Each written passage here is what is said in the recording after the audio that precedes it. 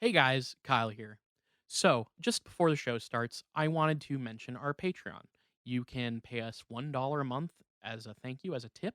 You can pay $2 a month to get access to one of our bonus content shows, episodes 2 days early, and a secret Discord chat where all of our Patreon donors get to go and hang out and talk with us directly. Then there's a $5 tier that you can donate to get access to a whole bunch more content. We have multiple bonus episodes on there. So please check it out. Patreon.com/itgetsweird. We don't advertise, we don't make money. So check it out and throw us some money if you think that would be cool. Thanks.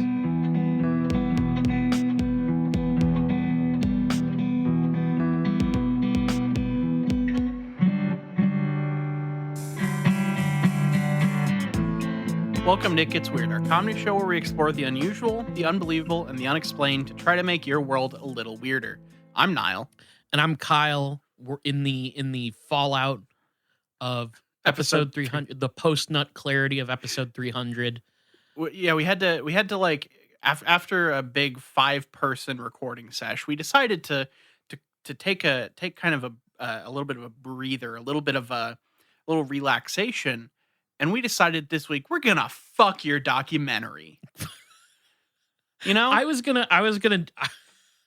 sure where that was going. I thought it was maybe like, yeah, we took a little bit of a relaxation with our 5-man recording setup. So we all just, after recording, mutually masturbated or something like that. well, I mean, I figured that was like understood. I Right, figured that was right. just like people That's just okay. because actually, what most people don't know is after every episode of It Gets Weird, uh, the people involved in that episode all just jerk off. All have to jerk off and we have to look at each other while we're doing it. Um, and there's a $50 penalty if you look away at the moment of climax. So Yeah, you can. Everyone just like, since I'm assuming Garrett won't know why you're asking him, but he will be able to corroborate all of this, especially if you just ask him point blank. yeah, Um, definitely. And the only way you can do that is if you donate to our Patreon at Patreon. No, I won't do that bit. Actually, I wanted to kick this after now that we're done with episode 300 Mhm.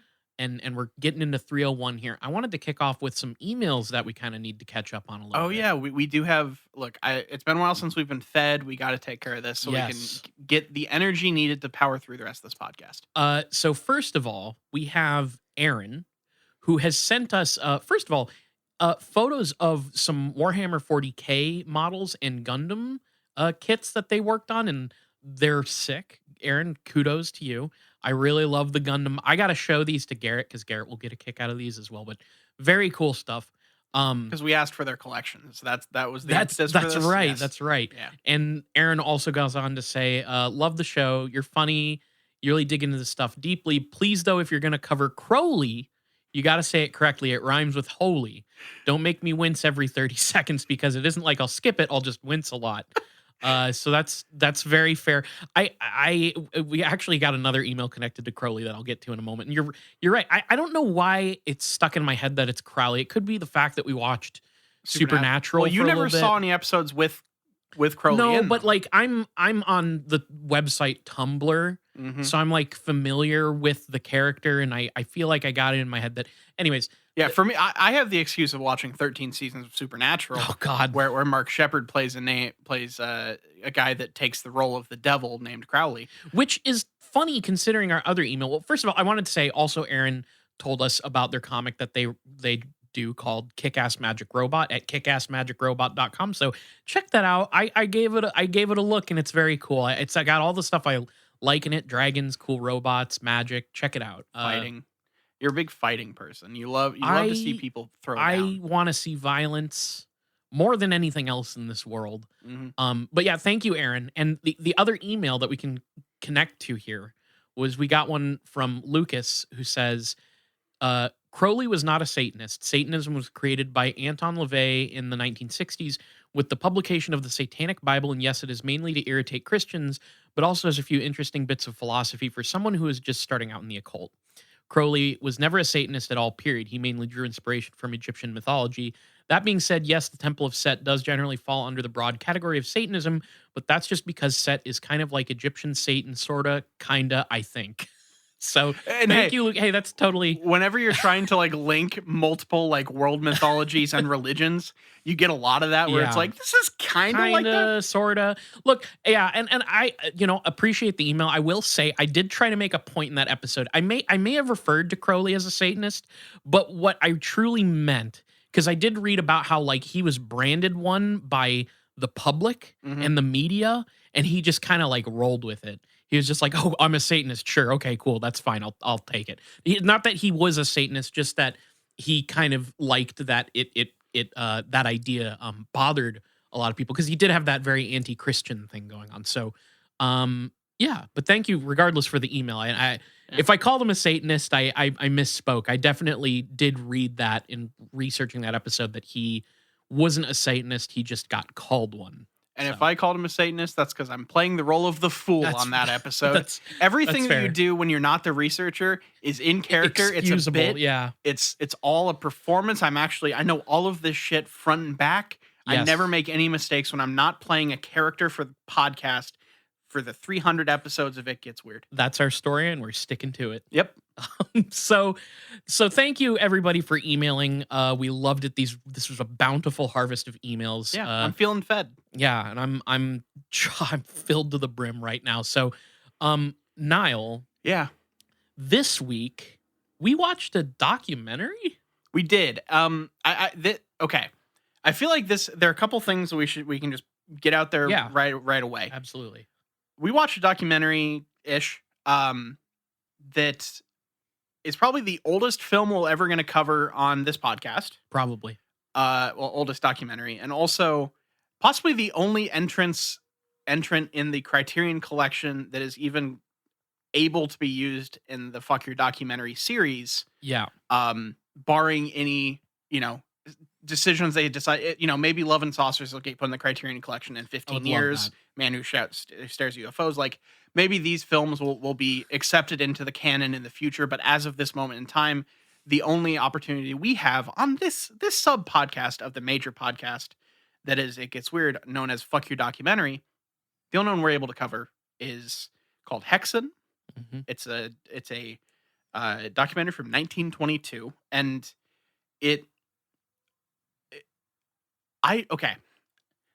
I don't know if we want to start here because there's an observation that I have about this film as a whole that I think is Sure. interesting about because neither of us had seen this when we decided to watch it. It's just a thing that we both circled around for a long time due to our interests in film and the The occult occult and yeah. all this stuff. And to kind of set the stage, this isn't a film about the occult per se. It is a film about the almost like the Christian panic of witchcraft throughout the ages. Yeah. So separate thing. None of this will have anything to do with any like historical, actual like witchcraft as a religion or paganism ties or anything like that. None of that will be really talked about in this. But the other thing that I wanted to bring up is that kind of struck me as I was watching this feels like a much earlier version of what something like what's the Rodney Asher one called, The Nightmare, about sleep paralysis Yeah, and Room yeah, yeah, 237, yeah. It is that where actually. it's a mixture of research and stuff. And they didn't have interviews in 1922 about this stuff, although he does cite some people that he talked to and Yeah. have them involved in the movie in the same way that Asher did. But this feels in line with the kind of documentary that is making a point and has like a narrative thrust to it that is leading to throughout the whole movie, much in the same way A Glitch in the Matrix, Room 237, and The Nightmare, the films of Rodney Asher, that we've covered, I think, all. All of the ones you just mentioned, I think. Did we do all of them on the pod? I couldn't remember if we so. did 237 on the show. Oh no, we have not. We I don't watched think that we did separately Room from the show. 237. Yeah, that was just for personal enjoyment. Yeah, maybe we'll do that Um, eventually, just to complete the fucking The run. trifecta, yeah. Well, and you know what? So like when you had initially mentioned watching this to me, I was like, yeah, I really do want to watch this. This has been on my list of things to check out for a while now. I just hadn't done it yet. Mhm. And I was kind of like wondering, like, does this count as a documentary? I think yes, but the other thing that like I came into my mind watching this is when does the history of documentary filmmaking begin? I think a lot of people consider what is it, Nanook of the North to be the first Oh, documentary okay. film. That's do you have any idea, like, when that would have been? I I don't do not know. I don't know, like, I don't know the history there, but, um, because I was, like, kinda watching this, like, well, are they aware? Because, like, one of the things that this gets compared to online is basically a film essay, Yeah. which is kinda what it is, but it's definitely yeah, I don't know, it doesn't necessarily fit what I would traditionally think of as being a documentary. It doesn't have the format of, interviews or narrative voiceover, although there is a later cut that got released with narration in Oh, in right, with various William S. places. Burroughs. Yeah. Yeah, yeah. But there is like okay, so this film is subdivided into 7 chapters. The first one is pretty much a mythological history of what would lead to the Christian idea of witchcraft, I Yeah, guess is yeah. a way to state it. And then the 2 through 7, well, 2 through 5 are a kind of storyline of like a case of witchcraft in the Middle Ages. And then it ends it by then making by taking all of the stuff that has happened before it and making a point about the present. So it's using the historical context of the Christian panic about witchcraft to make a comment on mental illness 1922, in the yeah, 1920s, which yeah. I think is really interesting, and I have a lot that I want to talk about that a lot later. But that's what we mean when we're saying this isn't just like here is a sequence of events that happened over the course of some Right. amount of time. It does have a point to it. So if for you that makes it not a documentary, then I whatever, like, then that's fine. Like, everyone has kind of, I don't know if there is like a codified list of I hard rules. I don't know. It ultimately doesn't matter to me too much because, like, at the end of the day, this does try and dig into stuff that we're interested in Yeah. here at It Gets Weird. I just, like, it did kind of cross my mind, and I didn't know how to delineate that personally. Yeah, So, well, the thing that I came down on is the fact that on HBO Max it's listed under oh, documentaries. there you go. So Uh, officially HBO is on our side. yeah, so if you have a problem with it, go Suck it. tell Mr. HBO Yeah, go suck Max. an egg Yeah. about it. Go soak your head. So yeah, this was a thing that was like banned in many countries from its release, and then eventually shown in edited forms. Then like eventually like years later started to circulate as a full form. Yeah. Like 50 years later, The this was like lost for a long time, like in a completed form for a while. what was really funny to me, like, reading about it after we got done watching it was, like, there were reviews from, like, when it was first released where they were like where people were just like, "Wow, fantastic movie. The acting is incredible. It feels like these people acting in the movie just, like, leapt out of the pages of some ancient manuscript and blah, blah, blah. However, this film should not be shown to the public ever." It's like, Yeah, this is great, but please, nobody should see this. Like, that's such a crazy, like, I feel like there's such a fear of it's so taboo to depict these things or even talk about them, that they're unwilling to, like, compromise for art's sake. well, what's even funnier is that like that basically affirms the thesis of the Right, movie. right. Like the public outcry about the release of this movie is very much in line with the actual point of what the filmmaker is making in this movie. Yeah. So it is interesting how, like, because basically, to if I were to give this film a like a like one line, like, here's what the movie is about. Yeah. It's about how what was once termed as witchcraft and in the modern time of the 1920s was then deemed hysteria is effectively like a side effect of trauma that is unresolved in people. Well, in particular, I think in particular, it's this, like, Christian trauma. It's Yes. this, like, which kind of seems to almost like it stems from this, like, Christian notion of good and evil, which is so, and in my opinion, warped. Oh yeah. Especially when you look at what like how they make a point to show this like these like inherent contradictions in the diagnosis of witchcraft Yep.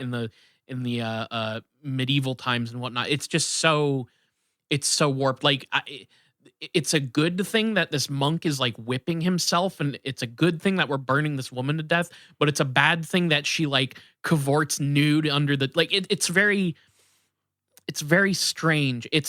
Well, it has a very, very like puritanical view of Yeah, morality, and it's literally showing the hypocrisy of the church and the witch yeah, trials in the medieval times, and also like the kind of puritanical views of like mental illness. Like yeah, it's interesting how it relates like it so in the modern times part at the end, it talks about hysteria, which is a kind of catch-all term for a lot of mental illnesses back in the day before, that was taken seriously as a thing. Like it was just basically hysteria meant, oh, you're not able to function in and society. typically this very much affected women primarily. Yeah. The women would get diagnosed with hysteria and then just like fucking locked up. Yep. Which is also fucked up. And I thought it was kind of amazing that the film is like, yeah, we used to burn people to death for this, but now we just lock them up. And how far away from that idea are we really? Yeah, and it specifically is like we used to burn our elderly and our women, and now we Yes. just kind of lock them up in retirement homes and mental institutions. Have we really progressed as a Yeah. society? And which is like a weird like I was surprised at how biting this movie was at the For end. Like, 1922. yeah, it Yeah. really feels like the filmmaker was coming out fucking swinging at Yeah. some people and his ideas on society. Yeah, it is super interesting from that perspective. I mean, I don't know too much about the filmmaker himself, which that is Christensen. What's his first name? Benjamin Christensen. Which this is a Swedish film. Yeah. And I don't know. It's we we also in a severely ironic ending. We did learn the term for the end in I believe Danish is Slut? Sloot, Yeah. which it just looked like it said slut. So we like this movie when it ended after having this like very interesting commentary on all the things we just mentioned to And have like this, sexual dysfunction yeah, and yeah, repression and like religious trauma and all this stuff, and then it specifically in women and the elderly. Just like it just slut. ends with slut. And look, that is a childish thing to laugh about, It is, but it took me so off yes, guard yeah, me too. because I don't know Danish. I don't fucking know. So like Well, just this black screen with that right in the center, it was just like it took me so off I guard. don't know what slut actually like directly translates to, or if I'm even pronouncing it correctly, but it clearly means something like the end or Yeah. finish because there's a an internet image that goes that I think on Tumblr or something like that that got passed around a lot where it was a like some European product called egg slut Yeah, and I'm assuming that that has to be a Swedish thing. has to So be. now I know now I have some context for egg slut as well. Yeah. Um so that was pretty funny, but it, But like this movie is actually I will say like you were talking about how when this got released, people talked about like the acting and everything. yeah, The acting is a bit of its time. Like sure. it's kind of exaggerated, a little closer to theatrical Yes. acting than modern film acting. But that's just kind of part of the time period. But the costuming and set design and like It's nuts. the actual visuals of this movie fucking rule. It's really great. This actually I think at the time was the most expensive movie ever made. Really? I think it equaled out to something around the if you like compared it to now, it was somewhere in the $6 million range today. Okay. Something like that. This was at the time like there's a whole history where I think the guy got approached by like some like particularly wealthy studio that was kind of giving him creative license to do whatever. And so poured a shitload of money into this project. So Yeah, it cost nearly 2 million Swedish kronor. It was the most expensive Scandinavian silent film ever made. And then just got censored to hell and all upon that's release fucked everywhere. up. That's so fucked up. That's unfortunate. I mean, it didn't seem to end this guy's career No. as a filmmaker, but No, he It's made movies in America after this that I would actually be curious to look at some of his other movies because there's such a like a stylistic hand here that I think is mhm. really interesting.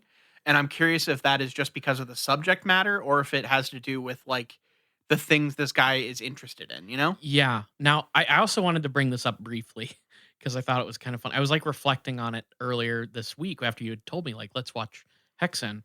And I was like, yeah, okay. And I was thinking to myself, I have seen part of this movie and I was trying to remember why. Do you have any idea how I might have stumbled across this in the past? What's that Slavoj Žižek thing? Oh, Was it in one of those things? no, no. Okay. Pervert's Guide to Ideology. No. There you go. I Um, was trying to remember if it was like Idiot's Guide or like Bastard's Guide, it's the son of a Pervert's bitch's Guide. guide to ideology. No, I there is a quote unquote music video that is just footage from this movie. It's not a music video.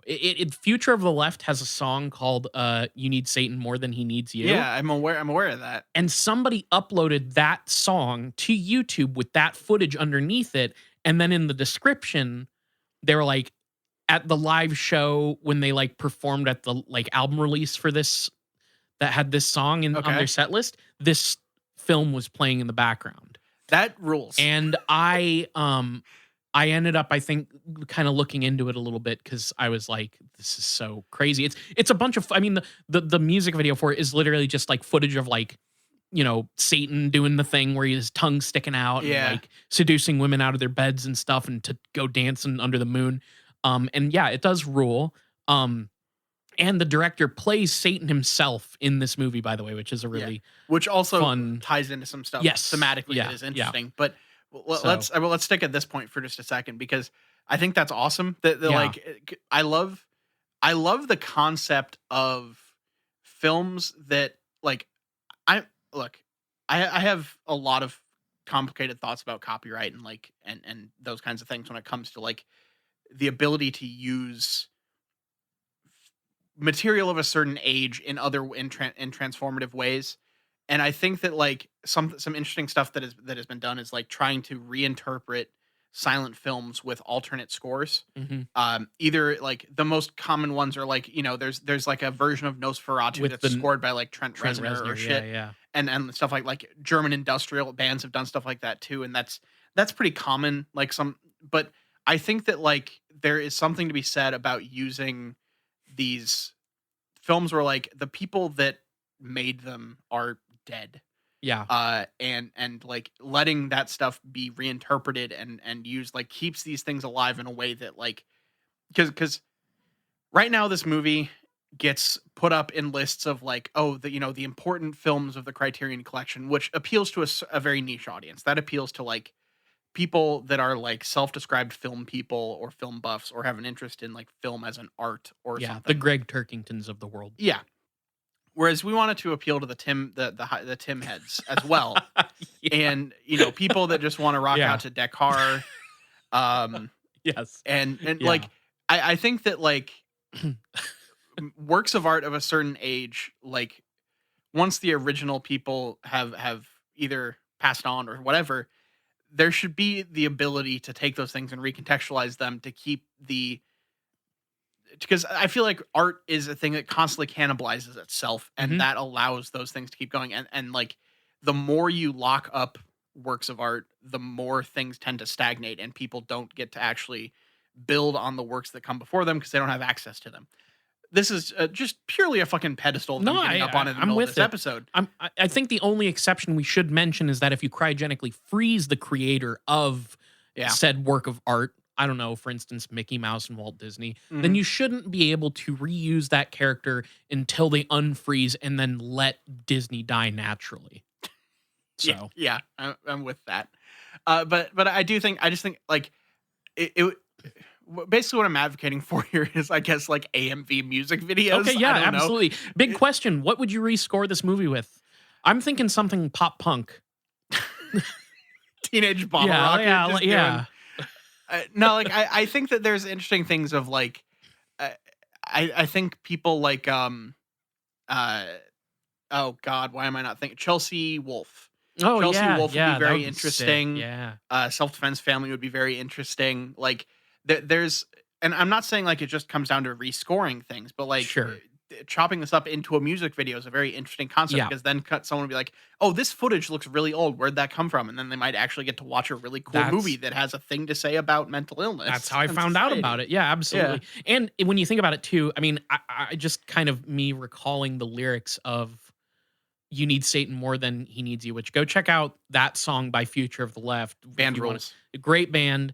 If I'm kind of remembering correctly, it is almost this like self-fulfilling prophecy of like of the sate of like the idea of Satan and evil and stuff is like which this movie kind of touches on of Yeah. like it kind of creates itself over time the more this mythology takes hold in these like moral belief systems of Christianity and stuff. Yeah, because in the like meat of the movie, like beyond the historical first part and before the like, you know, morality play of the final part, the Mhm. central like central bit of this movie, parts 2 through 5, I think, are about this Miller's or yeah, no, Weaver's family, Weaver, yeah. where the husband has fallen ill, and they, the wife is convinced that there's no reason why he should have fallen ill, so therefore basically accuses a witch of casting a spell on her husband, and ultimately through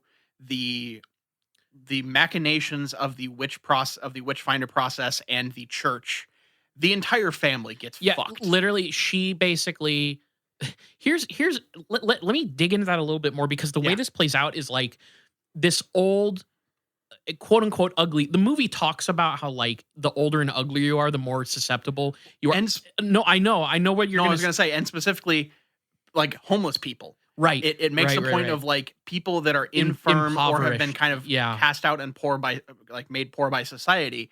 It's very like, yeah, Root out it's the great. undesirables essentially, and it's like and I sorry, when I say undesirables, I mean from like that perspective. I Yes. that so like this old beggar woman comes into their place, and the woman seeing this beggar woman like kind of greedily like lap up the whatever. I don't know what she feeds. It looks like she's just straight up drinking blood soup. Yeah, Like it's this weird viscous black. It looks like she's drinking like crude oil, yeah, but it's it's weird. gnarly. So she's like coming in and she's just like kind of, lapping up this food because presumably she's very hungry and is Hmm. been going around begging. And this woman like kind of like takes a second glance at her. And that's when she like decides in that moment, this is the witch that cursed my husband. Yep.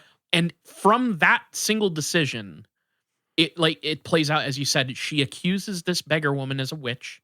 And then that beggar woman through torture then starts to accuse basically everybody else in the household, Whoever she can think of. whoever Yeah, she can think it's of. And this is, I mean, they literally claim like through torture, one witch then calls out 10 more, who calls out like basically talks about this like logarithmic scale of witchcraft that yeah, leads to the kind of the like end of all of this is him literally saying like 8 million men, women, and children, mostly women and some children, dead just because of the yeah, witchcraft. it kind of paints it as this cascading effect that like fulfills itself. Yeah. You need Satan more than he needs you. Satan's out there doing his thing and all that evil shit that you're so it's very interesting. And I also oh fuck, what was I gonna say? Damn it, I had a thought. So yeah, through the kind of various methods of the church of breaking and getting information from this first person, this old woman who just like came asking for some food.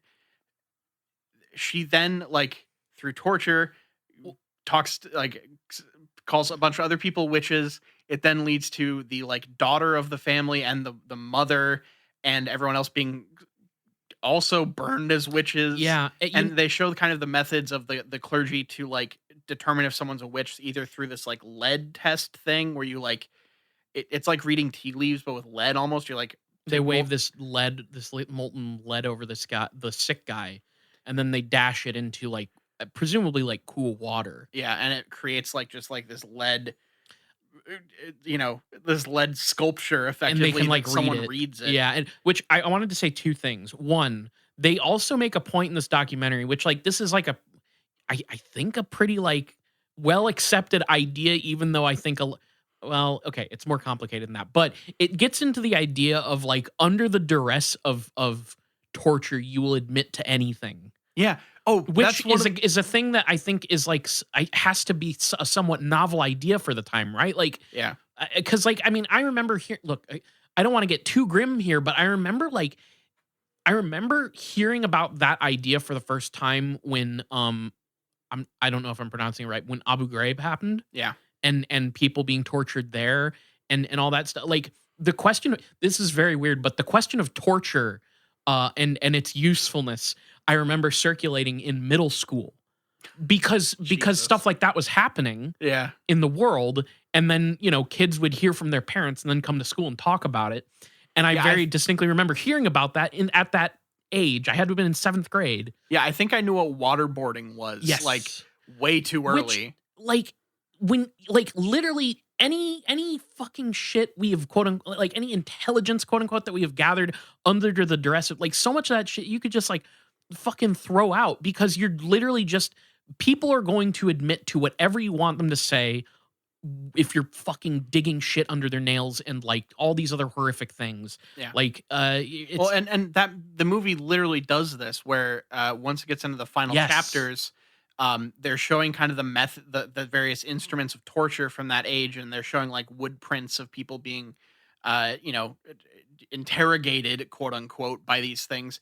But they get a set of thumb screws, and the director over in the, like, title cards that are in silent films. Because have we mentioned this is a silent movie? Yes. Okay. Yeah. In one of the title cards, he basically says one of my actresses insisted that she um, be able to Try the try thumb out the screws, thumb yeah. screws. And so you see her, like, start laughing and talking while, like, the thumb screws are being put on her, and she's, you know, and he starts, like, tightening it. The director's hand is literally the one tightening it, and over the course of, like, a couple seconds, her expression starts to change, and it cuts to another title card, and he's like, I won't divulge the secrets that I was able to pry for her in those, like, 30 seconds, yeah, but rest assured the torture device works. And there is a whole thing. There's an aspect to this that I think it would require a more artistically critical and smart person than me. But there's a lot of things in articles about this movie about how, like, because the director dresses as the devil, he plays the devil in mhm, this movie. And they kind of, like, talk about parallels between that scene where the director is, like, inflicting this torture in this confessional thing, in the context that you just described, yeah. but then also that's, like, almost analogous to, like, his portrayal of the devil Well, with these women. yeah, because, like, this is it's a very self-critical eye in a director where, my read of it, we'll say Yeah. that, is like he is forcing his opinion on these events into this film. So by watching this film, you are being controlled, or, like, if you want to call it tortured, into seeing the things that he is wanting you to see and Mm, the sequence of events that is leading you to the conclusion that he is trying to make. So you are being led along this path the same way that, like, the clergy is trying to lead these infirm into being, like, saying they're a witch. So, mm, like, there is something about, like, anytime a director or writer is putting a piece of art out there that has a message, they are there has to be some level of awareness of themselves in that message, or mhm, else it becomes tyrannical.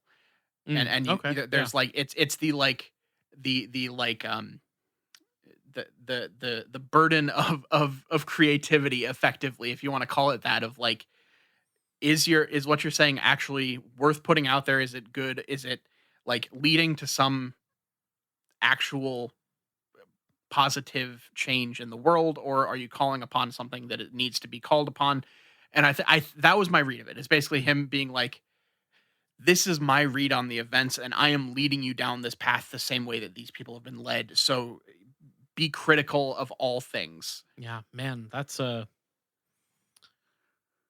interesting. That's very interesting. I can't remember the last time I saw a movie that seemed to engage with that kind of an idea. Yeah. So yeah, I really liked. He also is just, like, a very like, he seems like a pretty large man, like, in terms of, like, he's pretty tall and big and broad And chest Harry, and hairy. Yeah, he makes a good devil. he does make a Frankly, good like, Satan. the scenes that get into the demons and the Satan stuff, and, like, those scenes are so like interesting to watch visually because it's so crafted. It's so Mhm. like using the tools of the time and the methods of the I mean, time. even just like the opening stuff with like the geocentric like model of existence plus the depiction, the like Bosch like Mhm. depiction of hell. That's all like I don't know, presumably some sort of like papercraft. It's like Yeah, let's talk about that for a second, sure, yeah. actually. The first section of this movie, like we said, is this kind of like um history of I guess hysteria in in the director's eyes throughout history of like how demons have been represented throughout history, and this kind of the things that lead to the same things as the Christian panic that is witchcraft. I'm trying to be very careful and not just like calling this actually like, you know, witchcraft religion kind of stuff, because Mm. it's specifically the Christian repression version. Yeah, sorry. Um, Just to be clear, when I mention witchcraft, yeah, I do mean what they're talking about in this movie. yeah. For the It's sake like of this podcast, just assume that is what we're saying for the rest of the time. So they're showing all this stuff, and it's starting by showing the kind of like ancient depictions of what Earth is, and it starts with like I think the ancient Egyptian maybe, or something like some that. ancient culture, where it's basically like there's the land mass that is surrounded by these very tall mountains, and there's like an actual ceiling or firmament that the stars hang Well, they don't from. they They noticeably don't don't say say firmament, firmament. but we went to the same place Yeah. mentally when they It, were describing this. it's that kind of thing. There is a actual ceiling that is the cosmos at the top that has the stars hanging down from it, and they exist in kind of a bowl surrounded by mountains. And then that gets turned into the kind of heliocentric model that not This heliocentric, one's geocentric, geocentric. yeah, Sorry, because got those two flipped. they assume that everything revolves around the Earth, which, like, I guess that kind of like the way they're describing it. I'm like, oh well, okay, so that's why hell is like at the center of Earth. It's like the furthest point away from God Yeah, because I'd never seen this before. It's basically like these layers outward from Earth. The stars and the planets are like in these like I don't know spheres yeah, essentially, yeah. and then as you go further out, the furthest outer area in this model is like the realm of God and angels and this And stuff. it's almost like separated, like forming around the Yeah, entirety it of the encompasses yeah, all. yeah. Uh, And it's God and the heavenly host, and yeah, this is kind of the beginnings of it, where it's also showing like ancient depictions of devils and these kind of like demonic entities in ancient cultures and how they're represented in art of the time. There's a lot of very interesting like visual prints of like ancient texts in this first section. I loved seeing all of that, and I love like when they get into the torture stuff later, all of the like depictions of those things as well. Um, but the thing that we were talking about was they were showing a it was either like a wooden or like a paper model of like a an artistic depiction of hell in, I forget what time period it was in, but it was pretty early, and it really looked like a Bosch painting, yeah, but it's 3D, and so sick. like a diorama Yeah. of a Bosch painting. But what's so amazing, the level of craft on this, because I'm trying to like watching this, I'm trying to figure out exactly what they were doing because every single part of this depiction of hell is moving like somebody's pulling a thing behind them and causing them everything to like move Yeah. in these cycles of like animation Have essentially. you ever seen those things where it's like there's a bunch of like different lengths of like wooden post that are Yeah. attached to figures that are then all Yes. put onto like a thing that's you would, They like they grind a crank it. Yeah, wheel. yeah. That It yeah. felt like one like a very very very Elaborate. complicated Yeah. version of that Yeah, to me. exactly. That's And it what I was was really thinking. interesting because it was showing like people being dipped in this like cauldron, and these like two devils were stoking the fire underneath it, and like it was really elaborate, really cool. That if you have access to HBO Max where we watched this, or Criterion Channel, or just the Criterion version of it, whatever, it's worth a watch. This movie Or is cool as shit. check this out. Yeah. It's just on YouTube, multiple Oh, is instances it? on YouTube. I mean, what who's gonna copyright claim it? Fair. It's just it's all on YouTube. Like it's out there for free too. Like you can find this.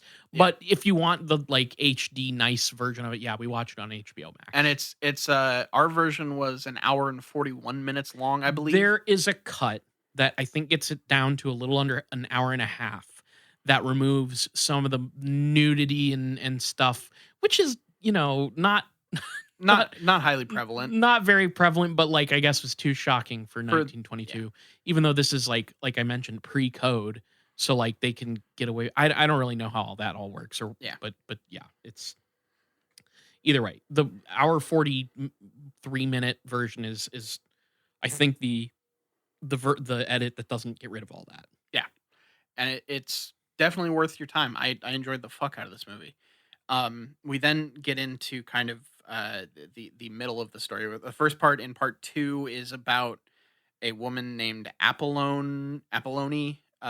We never hear that it actually said because it's a silent movie. So pronunciation is as best as we can do here.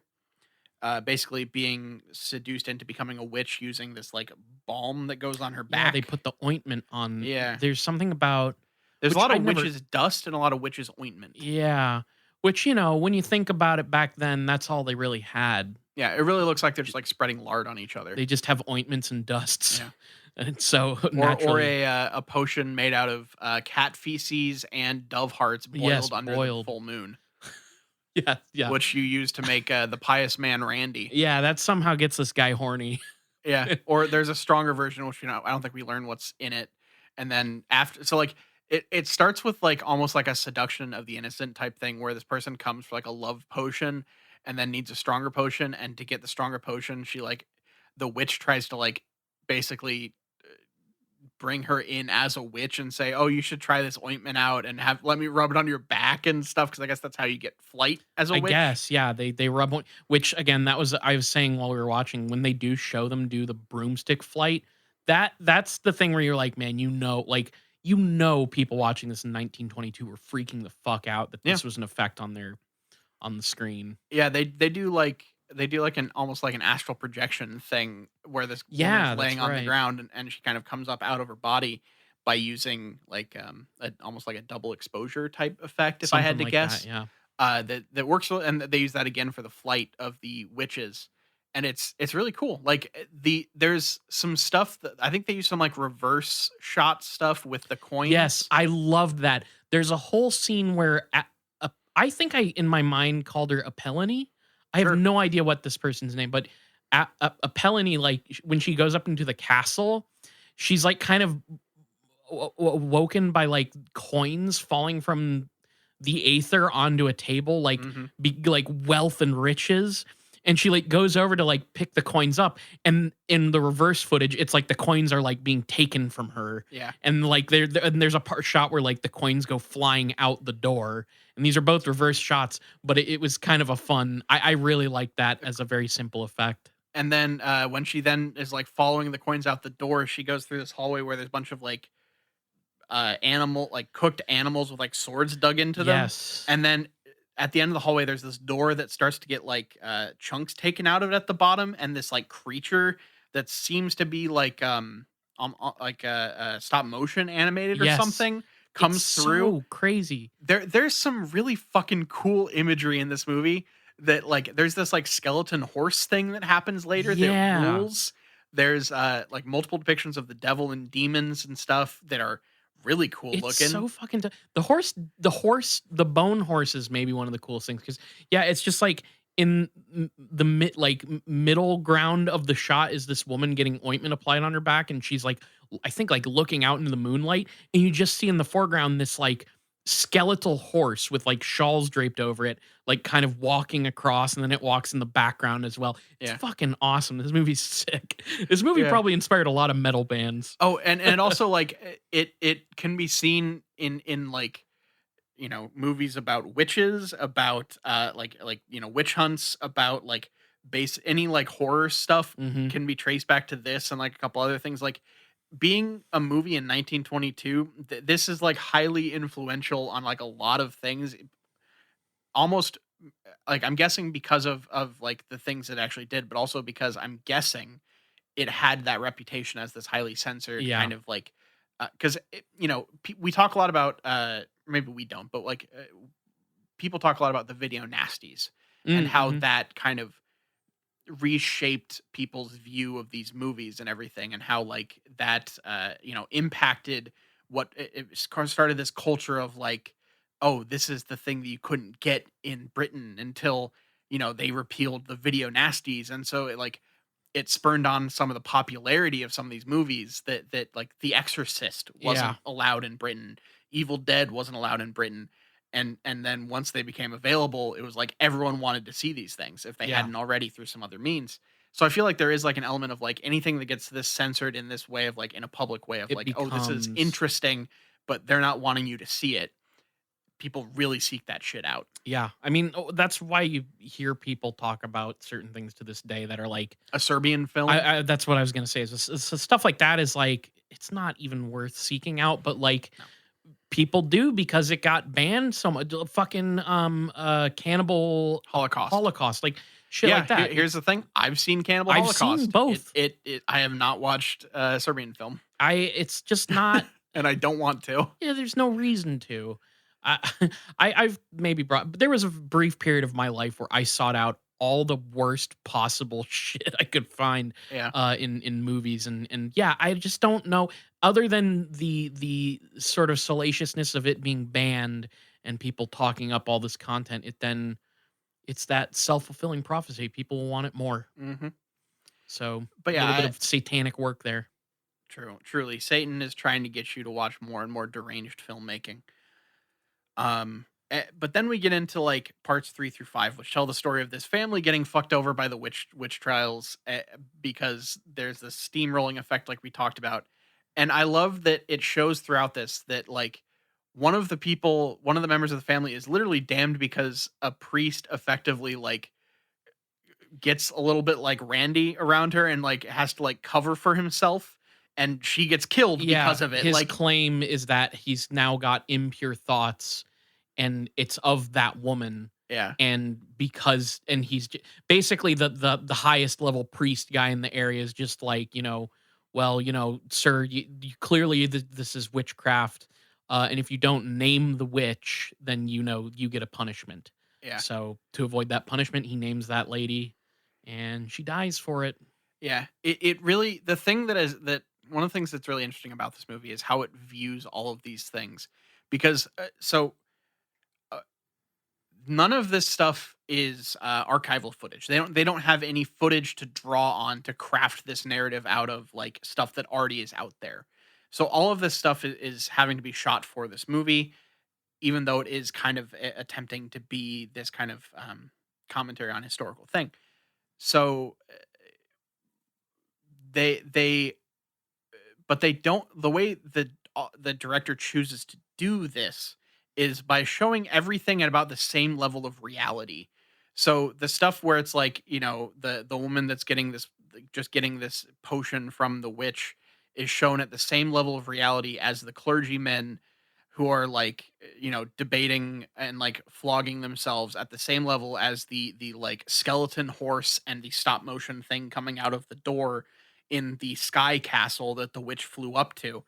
All of this is depicted in a very similar manner, so that like you don't have like it never changes to a different style that's like, oh, this is the like not real stuff, and I think Yeah. that's interesting in how that shows the reality in terms of the impact on these people's lives of all of these things, and how whether or not it's 100% factual real, it had a real impact and change and like had effect on all of these people you Yeah. know Yeah, absolutely. I think one of the moments where that is felt strongest to me is like when basically the entire time that they're taking the beggar woman, who like her Oh, it entire sucks. arc, she just is like it's painful to watch her. She's just this poor old woman who is just like getting tortured in all these horrible ways. And it's like they're when they're kind of like dragging her away, and like subjecting to her all this stuff. Me internally, I know what's going on. That this poor woman has nothing to do with actual witchcraft in reality. Yeah. And this poor woman is going to be tortured and killed for an unreal reason. But then it immediately devolves in depicting the unreal as she starts naming and accusing other women, and it's almost like it sort of like spirals out of control from there, and then the unreal becomes part of the real there Yeah. and is used as the justification for whatever they're doing in that moment, which is like The only people actually acting on these unreal things are like the clergy. Like the women are just like Well, the women do eventually, like they start to cannibalize each other. that's true. So like Yeah. that's they all of this stuff has lasting impact on everyone Yeah, involved. Like no one gets out clean out of any of this. yeah. And that's one of the things I think is interesting because like it's basically showing how like in that era the religious trauma of the 1480s, if I remember correctly, for the time period, Yeah. leads to the death of 8 million people for quote unquote rich witchcraft. Yeah. And it is like it's really wild to see it then like linked to they go through like the convent stuff and how like that's kind of the bridge between the witchcraft stuff and the hysteria stuff where like witches would have this like the movie just terms it insanity that would sweep through the convents when like um there basically isn't a good release for these people, and there's like this like real piousness that's enforced and everything. So sometimes they just like kind of crack and go through like a nervous like meltdown Yeah. effectively. Maybe people aren't supposed to live this way. Yeah, and it leads to this woman like stabbing a piece of the Eucharist with a knife and running around like trying to like destroy a like statue of the baby Jesus. If I remember, if I think that's what It it was was. something like that. Yeah, she like carried it off from like the altar. Yeah, and then it basically like devolves into a whole like a brawl between the entire convent, and it's Well, like the it's almost bacchanalian though. It's like not even necessarily like they're kind of like dancing around and like gleeful almost, right? Like they're there's a bunch of different stuff going on. yeah, They have been they have succumbed to Satan and right. all of his whims, and are just like basically getting it all out. When And in reality, it's just this like cocktail of suppression and repression. yeah, there's a reason why there's so many like repressed nun lesbian movies. Like that's just like Yeah. it's borderline like a genre at this Mhm. point where it's just like the sexuality of nuns gets so confused because they're so like highly repressed by the church and their supposed duties as nuns that like things have a tendency to like need to bust out and so like either it's not always lesbian stuff, but that's just like a trope that has been pretty common in movies about nuns. I have a weird fascination, like if it's not obvious by the 300 episodes of this podcast, I have an interest in religious trauma and religious I don't know, like religious horror and stuff in movies, the like side effects of religion in society. So I see a lot of stuff about this, like, Yeah, you've got see I feel like I feel a similar way, but the best the you have that angle. mhm, The thing that often scares me the most is like shit from like I feel like A Serious Man is a good okay, representation of like the shit that really gets to me or gets me yeah, amped up and interested and which it's not a horror movie, but there's like kind of horrifying things in the movie.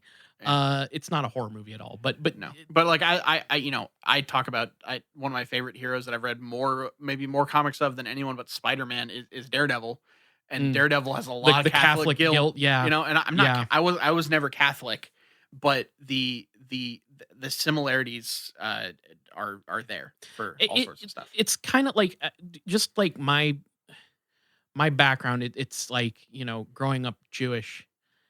I don't quite like. I feel like a little bit like an outsider looking in on stuff like that Yeah. because it's like so. I don't know. It's like the Christian morality conundrum and good and evil. Those ideas in that stuff. i- It's just not a thing I grew up with. At least, well, okay, not on the same level that somebody who had to Yeah. go to church grew up with. You do kind of have some of that leak in just by living in the United States, but Yep. so I don't know, but I guess I could see why I don't know. Shut me up. I don't know No, what I'm you're good. talking about. Let's talk about the fact that there's a parade of women kissing Satan's butthole at That's some true. point They in the do movie. kiss they do kiss Satan's asshole, and that's kind of fun. I that was something I was kind of wondering about. Okay. Um, which I'm kind of just trying to meet the documentary where it's at, but um I'm was curious how accurate things talked about in this movie are In terms of what? in terms of like historical accuracy. Like Is it true that there is some ritual to kiss Satan's butthole? Is that like a thing that was like in the mythology there? Like, I just don't know. Well, the thing that I okay, I do not know. I don't know what the actual, because all of this stuff is based around superstitions of Christian Right. people Right. in that time period, more so than it is any other specific doctrine, Yeah. as far as I can tell. So I don't know if there's a suspicion that, in terms of like someone giving themselves over to Satan, if they actually lean over and kiss him on the butthole or not. But I could see there being things of that ilk seeping in terms of like, because so many of, we talk about how a lot of conspiracy theories are reflective of the social ills of the time. Yeah. And when you look at that era where Christianity is like at the forefront of English society and European society, and you are dealing with a very very strict code of like what right and wrong, but also a lot of hypocrisy in that, and kind of the quote unquote code of right and wrong being enforced by a hypocritical religious state. There's a lot of stuff that will come out in repression and in like uh, superstitions that are literal like reflections of the spiritual violence inflicted Mm. upon the populace. So Right. I can see how that would come around. I don't know if that is that specifically is, Sure. or other things put in this movie are specifically historical examples or not. Yeah. No, I'm just curious, like how, because like I kind of assumed that all the like torture implementations like that they were showing off, that all seemed to be real. Hmm. But like, yeah, when they're like talking about the mythology and like the stories of witches, I was curious how much of that was based on real stuff that they were like that they were drawing from. But Yeah, and I like don't know. in the movie, he straight up cites like, okay, there's the time that the group of witches had two demons stand guard outside Yeah. of a church while they went in and desecrated the pulpit and the cross and stuff.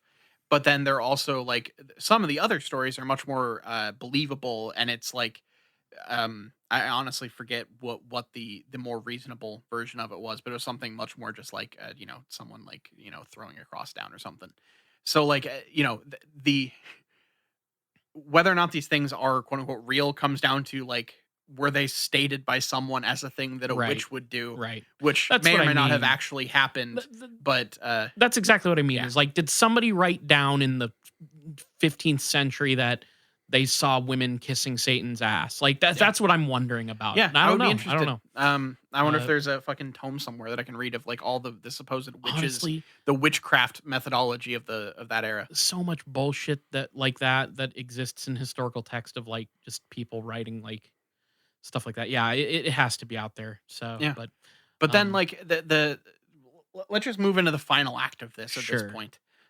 So we go through all of these historical things, and then it literally comes up to modern day, where you're seeing this woman who has like a shoplifting disorder, someone who like sleepwalks and lights matches. You see these things that are, people still have these these mental disorders, these mental illnesses that are now not being laser focused as like the inverse of a Christian state. So they're coming out in more varied ways that aren't religion based, because we live in a less religious society than we did in the 1480s. And so he's basically likening the fact that like all of these superstitions, all of these ways of lashing out at things and dealing with the like basically the inequity of society come out as it's termed in the movie hysteria. We know more than that now, that is an outdated term for a variety of mental illnesses. Yeah, which it on some level, I think that the film does seem to be a little aware that like hysteria doesn't accurately Yeah. describe what's going on here. Um, uh, I forget the exact wording of it, but like literally the way this ends is them just like, we used to burn them, now we give them hysteria and we lock them away. Uh, and it's there's something in it where it's like we're still not accurately handling this problem. Yeah. Which again to me for 1922 is pretty crazy because I thought it was going to be like, oh, witchcraft and witch hunts, that's like hysteria. End of story. Like, I thought that's what it was going to be Yeah. because it's 1922, but it turns out No, there was a little further to go. it still has the, like, we're treating the people with the least power in our society, and that it talks about as, like, the elderly, the infirm, and at this point, women and children, still to this day, women and children. We treat them poorly, and we don't let them deal with their issues and their traumas in a healthy way. Therefore, they act out in these ways that we then punish them for. Like, it literally it literally, like, all but states that we are the devil creating this thing through the, like, the society that the people in power have created that only seeks to cause these problems that then we can punish people for and lock them away or kill them so we don't have to think about it. Yeah. It's like, it's a weirdly, like, I was very surprised by how damning this movie is. Yeah. Yeah. It's really It's it's pretty biting. Yeah, it's well done. I don't know. It's and what's crazy to me too is like I feel like the sort of like sexist angle of like the idea of hysteria isn't a fully it's not fully gone. No, no. Like I mean, I feel like definitely with like the younger it's definitely, dissipating, but like I swear like our parents probably still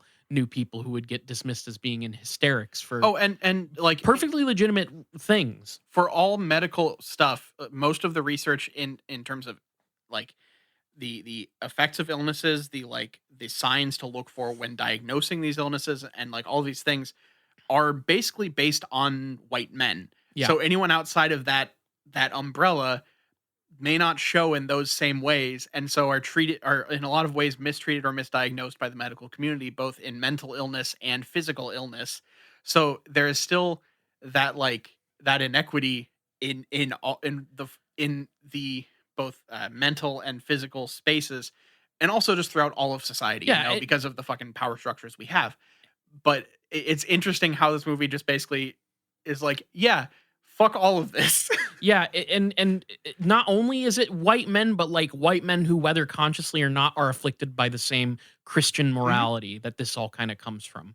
Like, it's a problem. I mean, Yeah. it's still a This problem. movie might have some things to say about society and the problems that it forces on people. It's like, yeah, like if there's one thing that I have learned over and over again, just the Christian notion of good and evil is not applicable to reality at all.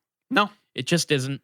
Sorry, no. but like, and this is yeah. It's like you said. This is sort of a damning example of one of the many ways in which that idea has just been terrible harm inflicted upon humanity. Yeah.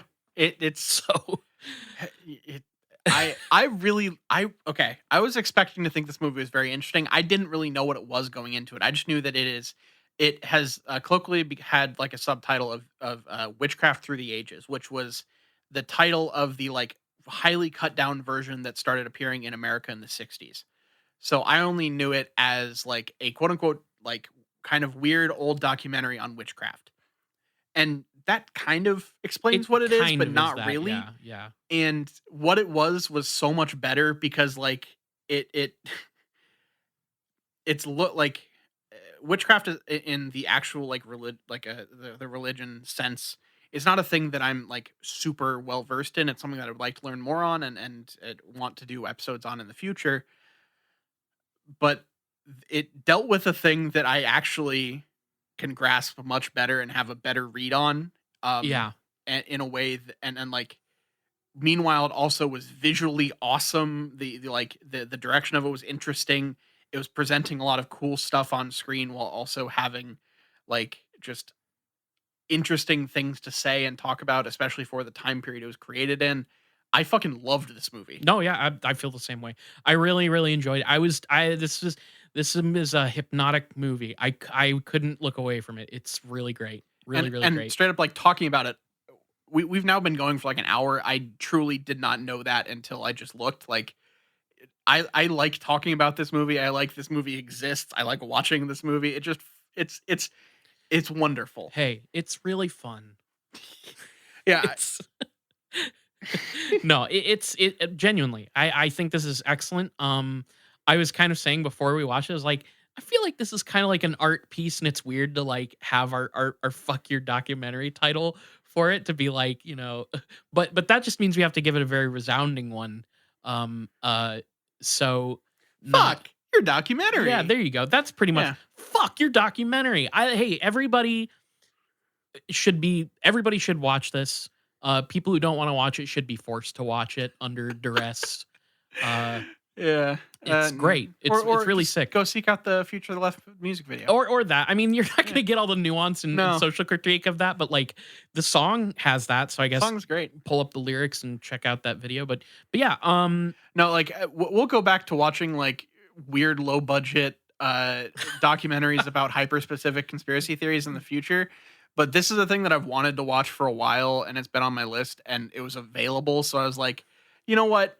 L- This is the thing that I've wanted to watch, so we're gonna watch it. you And know, it fit. I think it fits the show. I completely agree. I also think that it's gonna be fucked up as we keep moving on, as we realize that we will never watch something as good as Häxan for fuck your documentary In terms of like artistic merit. yeah, Yeah. yes. We've watched a couple really interesting Yes. documentaries for this show, but this is probably the best piece of art that we've Yes. consumed for this. It's really excellent. And I mean, and Love and Saucers is great. Mhm. The guy that you mentioned before, I enjoy. Ash, fuck, I literally was just talking about him. It's like Randy, right? Randy or Ash. I shit. have it. It's all well. Regardless, although Rodney those, Asher. Rodney Asher, those at least the Matrix one, I kind of feel like I had to get talked into enjoying it on the level that I did. Yeah, Well, and you know what? There's a lot of things where I'll watch something and through talking about it with somebody, I'll either like it or dislike it more. This one, I feel like we just like sat down and we're like, wow, that was great. That was just really, really good. Yeah. And no no notes. no notes, really. Yeah, really, really awesome. It makes me want to read people who are smarter than me talking about this movie. Like, I want to hear what they have to say as well. Now, like, not often do I watch a documentary and go like, I need to see what the world is saying about this. This one, I want to know more. Yeah, it's definitely a thing that I will continue to look into and maybe watch again at some point soon. Yeah. But on that note, well, we can go ahead and wrap this up. What do we who is this? Who's this movie for? Is Who that is what we this talked for? about? Who is this for? Probably everybody who donates to It Gets Weird. As like just thinking based on the community that we've kind of gotten out of that group of people, I would say that everybody would probably enjoy this. Yeah, or at least Um, find some merit in it. Like, I think it's pretty great. It's so like the thing is you could either if you're interested in the occult, this is a cool watch. If you're interested in art, this is a great watch. If you're interested in social commentary, this is a great watch. It's just If you're just like a film buff, it's a great watch. yeah. So I just think that like I don't know who's this for. Anybody who likes a good movie, Yeah. I guess. Anyone who can stand. Okay, here's the thing that just will make clear. If you can sit through a silent Danish or Swedish movie, Yeah.